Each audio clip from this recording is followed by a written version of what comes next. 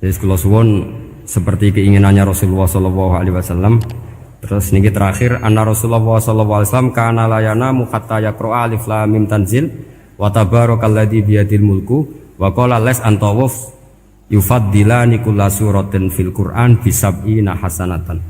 Jadi di antara kelebihannya surat Tabarok adalah mengungguli umumnya surat dengan kelas 70 kali derajat. Jadi keunggulannya surat Tabarok itu bisab'ina darajah di bawah surat-surat yang lain. Sudah, ini surat Tabarok agak panjang. Tapi alhamdulillah dari semua itu surat Tabarok itu kalah mbek Qul huwallahu ahad. Jadi ini nikmat terbesar kita. Karena enggak perlu Tabarok, saiki porsi ini diturunkan jadi apa? Qul. Makanya banyak tarawih main apa? Qul. Itu bukan cari cepet, itu dalile musalsal ila Rasulillah sallallahu alaihi wasallam. Jadi ada sahabat itu kalau ngimami main Qul. Di Indonesia masih mendingan kulhunya rokaat kedua ya. Itu enggak sahabat ini rokaat pertama ya kulhu, kedua ya kulhu. Masih mendingan di Indonesia dipakai selingan rokaat kedua.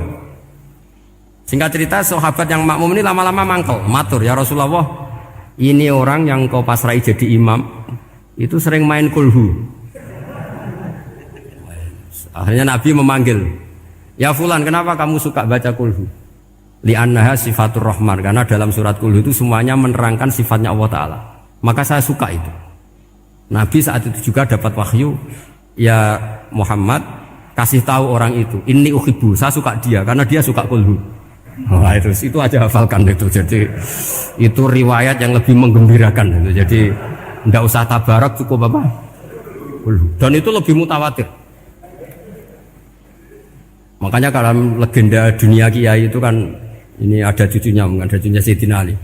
Tuh, siapa yang bisa khatam Quran sekian menit, yang menang Sayyidina Ali ya, karena baca kulhu sampai 3 kali, yang dianggap takdilul Quran, sudah sama dengan baca Quran. Jadi ini ijazah terakhir, ini jadi porsinya tambah turun. Saya itu suka. Saya itu punya banyak penggemar lah di Jogja, di Jakarta. Memang agama ini harus mudah. Saya itu kalau baca kulhu itu sampai nangis. Nangis saya bukan karena faham atau haru, itu enggak. Sebaik itu Allah. Masa gara-gara hafal kulhu, main kulhu dicintainya? Ya karena memang Allah itu benar-benar zat yang baik. Makanya saya punya teman itu kurang ajarnya Masya Allah. Kalau tes ditanya rukun Islam berapa, nawakidul wudhu berapa, muftitatus sholat berapa, semuanya dijawab la ilaha illallah. Terakhir ditulis kafir Pak, sama nyalahno iki. Nyalahno la ilaha illallah kafir apa ndak? Gurune bingung kan akhir. Di ek iku la ilaha illallah kok di ek. Akhirnya bocah diceluk, "Cung maksudem piye? Mun sampean wani ngeek Pak, kafir Pak." Akhirnya sugahno ribet-ribet. Pertanyaan apa tuh? Ma mubtilatus sholat ya la ilaha illallah. Nah gitu wudu ya. Tapi jangan tiru lho. Lah gurune kok pengen gak wani kafir. Siapa yang berani nge-ik la ilaha illallah? Ya ana meneh sing buwel iku. Angin belinge iku disurati wong tuane. Kula nu mondok sarang era kuno, dadi ijek lugu wong. Surati wong tuane, kowe gak susah, wong tuamu disurati. Tenang ya Gus, bapakku buta huruf. Jadi wis disurati, gak ngefek wong bapake buta huruf. Nah, di Islam, saya ulang lagi di Islam, dengan tanda kutip kesalahan-kesalahan kecil gini ku zaman Nabi, sahabatnya Nabi, iku kabeh iku dadi berkah. Makanya enggak ada ilmu sebarokah kayak zaman Nabi. Wong goblok wae dadi berkah. Sampai Nabi ngendikan aksaru ahlil jannah al-bulu, akeh-akeh penduduk swarga iku wong goblok. Mergo wong goblok iku piye? Apa dimangkeli iku ya gaweane pangeran. Nabi itu pernah disomasi wong goblok. Itu ya piye? Nabi kan cerita kiamat tuh gini. Yang kemarin enggak jadi itu. Terus kiamat di Indonesia kan berapa kali ya? 999 terus 2000 berapa? 12 terus Jumat apa kan sering mau ada kiamat tuh. Saya sering ditanya tamu, "Gus, ngenteni kiamat teng pundi? Enteni ning kene barang aku." Aneh-aneh. Ngkarwan la ya'lamuha illahu bokas bakas. Nak misalnya tenan piye Gus? Ya tenan sing entek kowe sik, anak aku gak. Wah sesuk tajak ngenteni kiamat ora sida kiamat. Aneh-aneh. Saya ulang lagi. Ketika Nabi cerita dasarnya kiamat itu sahabat itu enggak mikir. Padahal mereka orang-orang pinter. Si mikir wong desa, Mas. Ya Rasulullah mata sa'ah. Engkau itu cerita kiamat terus tapi enggak jelas tanggalnya. Lalu itu kapan? Wah, paket sahabat. Oh, pinter juga. Kalau cerita itu ada tanggalnya dong. Ini kan cerita terus tapi enggak jelas tanggalnya. Apa diamuk wong desa? Ora diamuk mangkelno. Nabi meneruskan tentang ahwalil kiamah, masih nerangkan ahwalil kiamah. Dibaleni lagi. Ya Rasulullah mata sa'ah. Lalu kiamat itu kapan? Ini kalau ijazai, jadi bodoh tapi untuk ridhanya Allah Ta'ala pun. Kalau lah kadang jadi pinter gue nyesal. Ribet. Kongkonan ini, kongkon Pak Najib barang ini akhirnya. Gara-gara pinter. Padahal kok ya wong bodoh lah mlebu swarga, ribet kan? Direwangi dadi wong alim, sebelum kok wong bodone ya melok mlebu swarga. Wong gelombang kedua itu pengumumannya siapa pencinta Nabi, pencinta wong alim masuk swarga. Yang pertama seleksinya agak ketat, yang kedua itu ya muhibbin mun cukup mun. Jadi sebenarnya swarga ya ketemu wong ora jelas-jelas nih. Wah repot ya.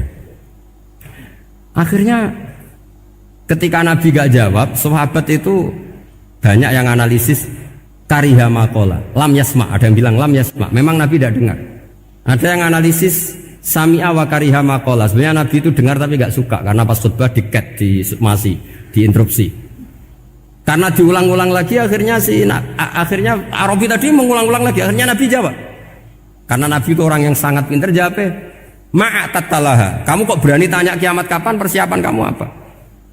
Fawawahi ma'atatulaha kabiro sholatin wala siyamin wala kada wa kada walakinni uhibbuka. Cek menang ya pede. Apa Nabi tanya persiapan saya? Oh kalau sholat saya biasa kok bangga. Wes wong desa biasa kok. Fawawahi ma'atatulaha kabiro sholatin, saya sholatnya biasa, puasa biasa. Maksudnya sing wajib-wajib tok lah, ndak aneh-aneh.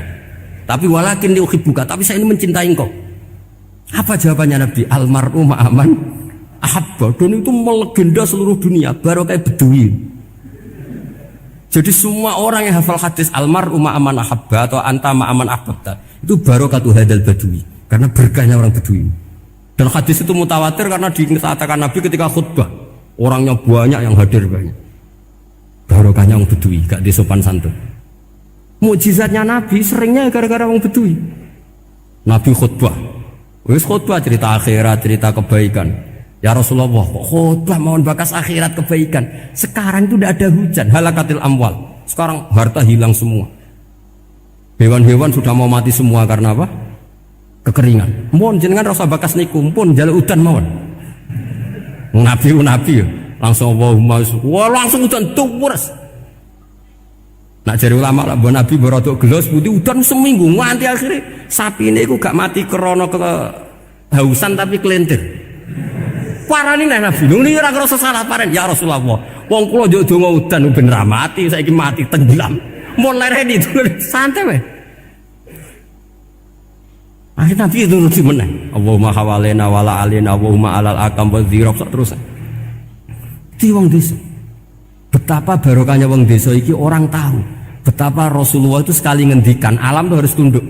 Jadi min mu'jizati Rasulullah sallallahu alaihi wasallam itu sekali ngendikan alam itu harus ngikuti. Jadi Nabi misalnya ngendikan hujan, itu panitia hujan, malaikat hujan harus nuruti.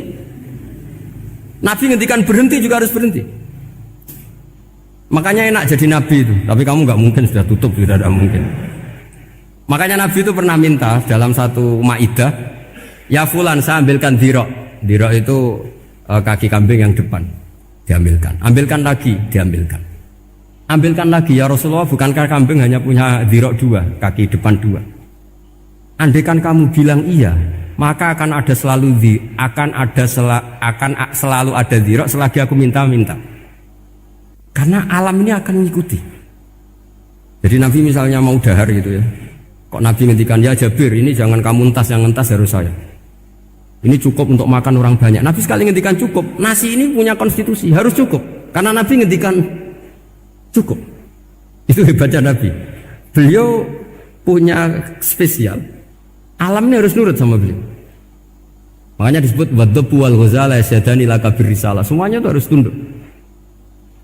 Nah, akhirnya syafaat-syafaatnya Nabi itu gara-gara wong desa-desa. Saya itu pengagum wong Bodoh ya, termasuk hadisul Arabi tadi. Ada orang desa tanya, "Ya Rasulullah, nanti kalau saya mati itu yang ngisap siapa ya?" Allah ya.